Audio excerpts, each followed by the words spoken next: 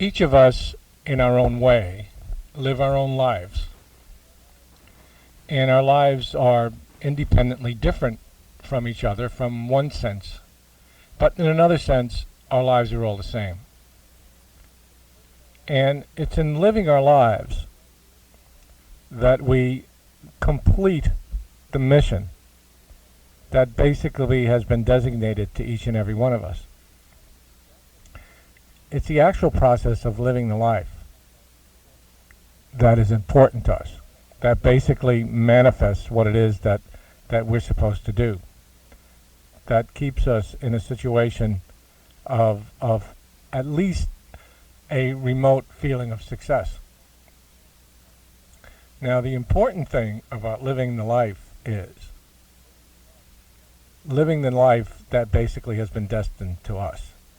If we attempt to live someone else's life, or attempt to have someone else designate how we should live our life, then in no way, shape, or form can we ever be successful. It just is not going to happen. So we have to analyze what it is in our life that draws us, that motivates us, that gives us pleasure, that when we wake up in the morning basically says to us, this is going to be a good day. What is it in our life that does this? And the thing that does this is the mission. Whatever our mission happens to be. Now, for chiropractors, the mission is obviously very simple.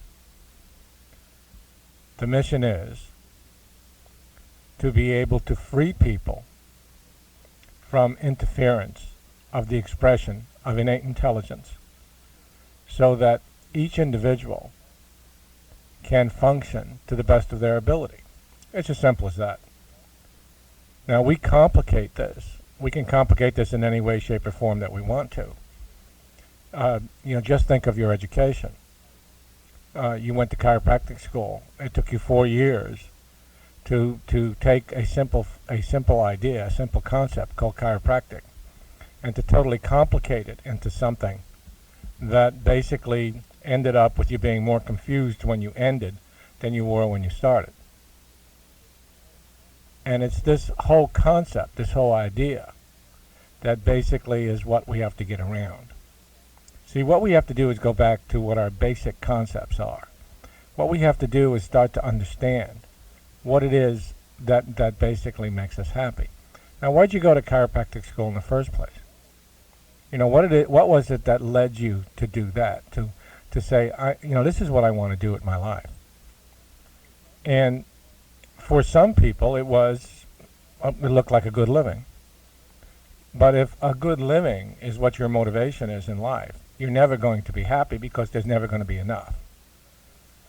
But if your motivation was, it is an opportunity for me to be able to help as many people as I possibly can, then this motivation becomes a driving force. And this driving force now is what, when you get up in the morning, says, it's going to be a great day. It's going to be a really good day. Because we're going to spend the day helping as many people as we possibly can. When I went to school, the pathology book that we used in school was a book by Boyd. We used Boyd's pathology. And I've always liked that particular pathology book because I always thought that his concepts were very close to what we considered chiropractic pathology, or not pathology so much as chiropractic philosophy.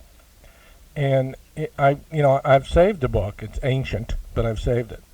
And I was just looking at it the other day, and he makes some very interesting statements. He talks about physiology cannot be allowed to remain in its own watertight compartment. It must come out and contribute to the subject of pathological physiology.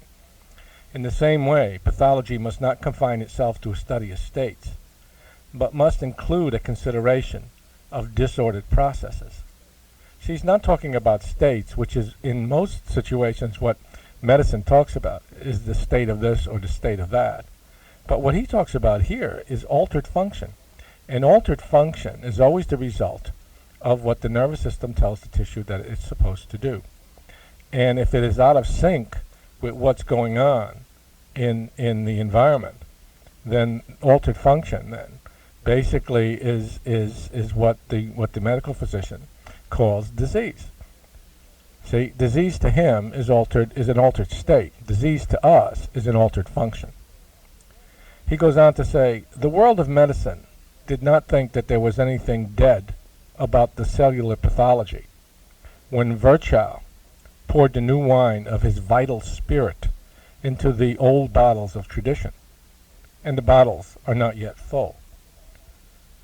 He talks about vitalism, and vitalism basically is the concept by which chiropractors live. It is basically the foundation of chiropractic, is the idea of vitalism. We talk about vitalism because vitalism basically is our identification with innate intelligence. And if there were no vitalism, there basically would be no chiropractic. He says here a little further on, it must be borne in mind that it is the whole patient who comes to the doctor's office, not just a disordered liver, a cardiac lesion, or a septic throat. In the words of the old French proverb, there are no diseases, but only sick people. This is basically a philosophy that chiropractors have been practicing since the beginning of D.D. Palmer. There are no diseases. There are only sick people. And people are sick because they are out of sync with the environment in which their body finds itself.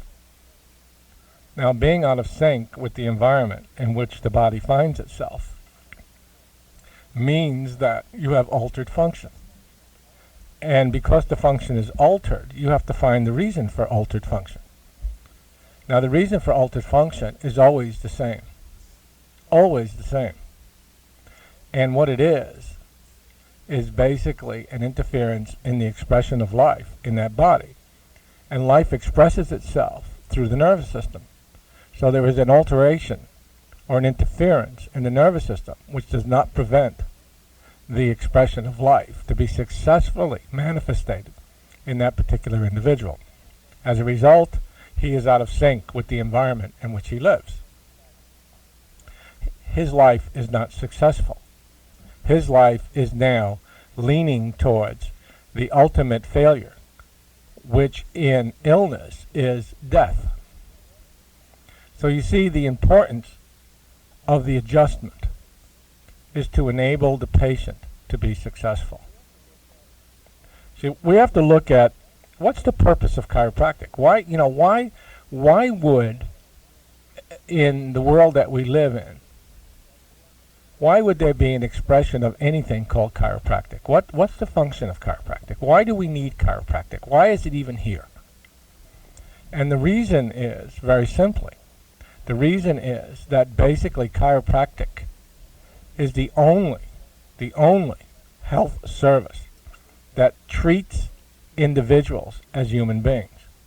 See, we basically do not look at human beings as being merely bodies. Because if you look at a human being as merely being a body, you are robbing that individual of his ability to get well.